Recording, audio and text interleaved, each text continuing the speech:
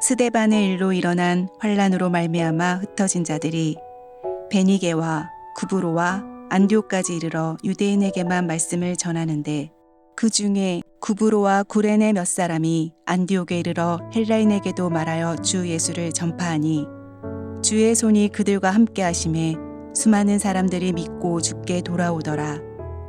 예루살렘 교회가 이 사람들의 소문을 듣고 바나바를 안디옥까지 보내니, 그가 이르러 하나님의 은혜를 보고 기뻐하여 모든 사람에게 굳건한 마음으로 주와 함께 머물러 있으라 권하니, 바나바는 착한 사람이요 성령과 믿음이 충만한 사람이라. 이에 큰 무리가 주께 더하여지더라.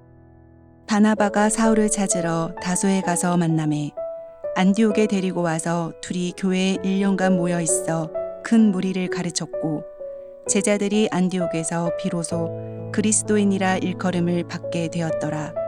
그때에 선지자들이 예루살렘에서 안디옥에 이르니, 그 중에 아가보라 하는 한 사람이 일어나 성령으로 말하되 천하에 큰 흉년이 들리라 하더니, 글라우디오 때에 그렇게 되니라. 제자들이 각각 그 힘대로 유대에 사는 형제들에게 부조를 보내기로 작정하고, 이를 실행하여 바나바와 사울의 손으로 장로들에게 보내니라. 할렐루야. 7월 17일 월요일 새벽 말씀 큐티입니다. 안녕하세요. 고등부를 담당하고 있는 조경민 전도사입니다. 새벽 큐티를 통해 새롭게 인사드립니다.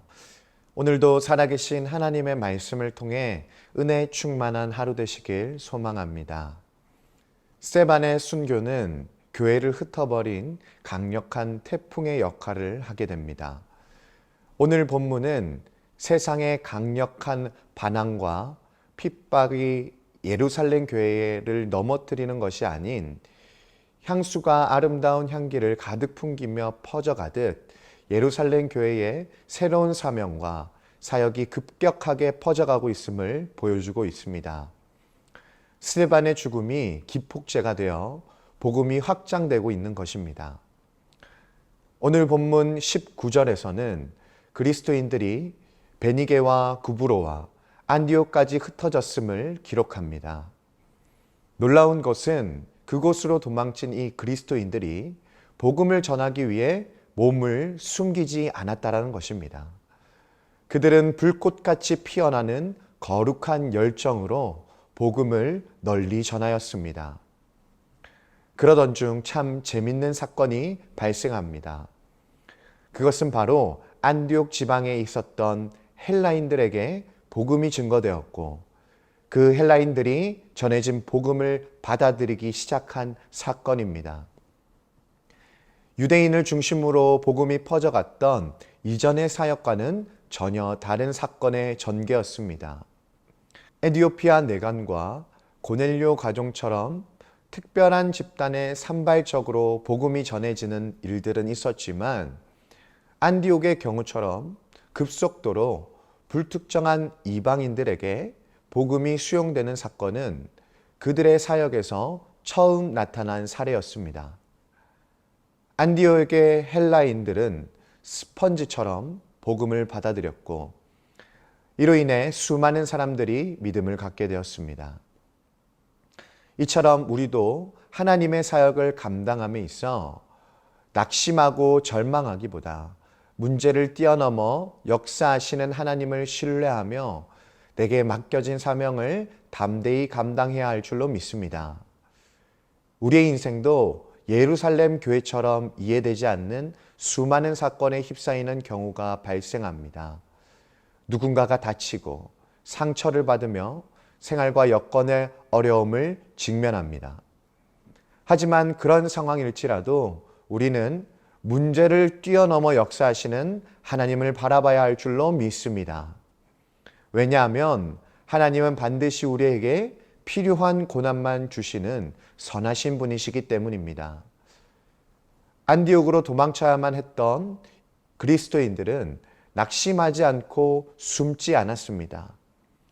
오히려 그들은 마음과 생각을 재정비하여 전투력을 상승시켰고 복음을 증거하였습니다. 바라기는 우리의 삶과 신앙도 이와 같기를 소망합니다.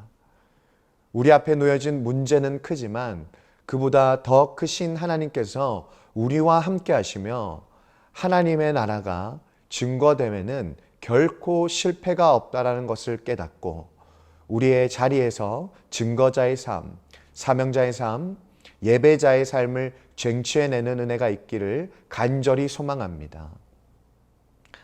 이전과 다른 사역이 안디옥에서 이루어지고 있다는 소식은 순식간에 번져갔습니다. 그리하여 예루살렘 교회는 안디옥 교회의 바나바를 그들의 신앙과 교회를 지도하도록 파송하였습니다. 24절은 바나바가 어떤 사람인지에 대해 소개합니다. 바나바는 착한 사람이었고 성령과 믿음으로 충만한 사람이었습니다. 그는 성품과 영성이 겸비되었던 사람이었기에 급변하고 있었던 이 안디옥 교회를 지혜롭게 건면함으로써 올바른 길로 이끌어가기에 합당한 사람이었습니다. 예루살렘 교회의 바나바의 파송은 매우 적절한 조치였고 그로 인해 안디옥 교회는 안정화될 뿐만 아니라 부흥하기 시작했습니다.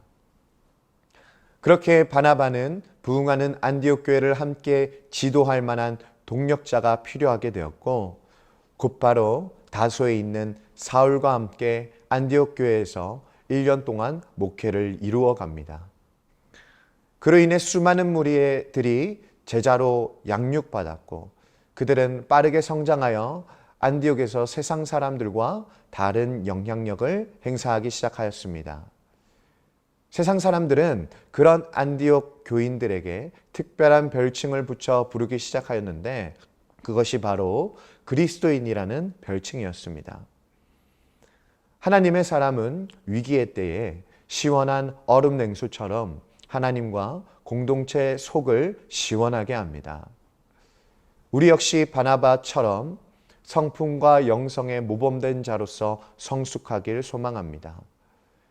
우리가 하나님으로부터 다듬어지고 길들여지기를 간절히 소망합니다. 성숙에는 수많은 시간과 노력이 필요한 것처럼 성령 안에서 우리가 다듬어지고 길들여지는 일에 전력을 다하길 소망합니다. 말씀으로 다듬어지고 기도로 깨어 있으며 성령으로 길들여지는 일에 전심으로 다하는 우리가 되어야 할 줄로 믿습니다. 만약 우리가 성품과 영성을 준비하는 일에 게으르게 된다면 바나바처럼 위기의 상황에 교회를 바르고 온전하게 세우는 일꾼이 아닌 구약의 엘리 제사장의 두 아들 홈리와 비느하스처럼 신약의 가룟 유다와 한 달란트 받은 자처럼 수많은 사람들을 악한 길로 인도하는 타산지석의 본보기로 쓰임받을지도 모릅니다. 우리는 이에 대한 경각심을 가질 뿐만 아니라 두려운 마음을 가져 하나님 앞에서 성숙한 그리스도인의 삶으로 나아가길 부단히 힘써야 할 줄로 믿습니다. 그렇게 부흥하고 있던 안디옥 교회에 선지자 무리가 방문합니다. 그 중에 아가보라 하는 사람이 큰 흉년에 대해 예언하게 됩니다.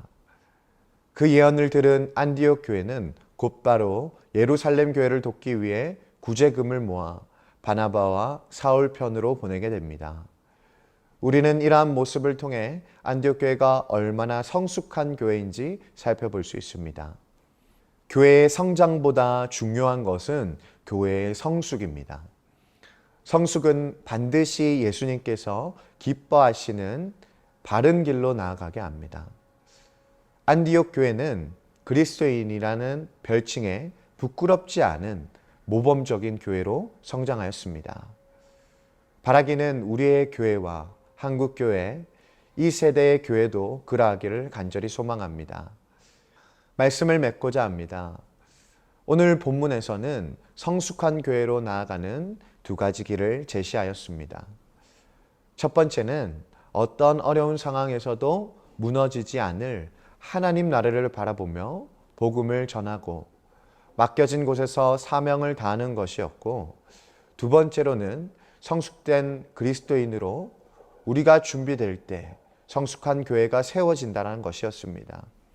바라기는 우리 모두가 오늘의 교훈을 쫓아감으로 우리의 삶을 통해 하나님의 나라가 세워져 나가는 은혜가 있기를 간절히 소망합니다.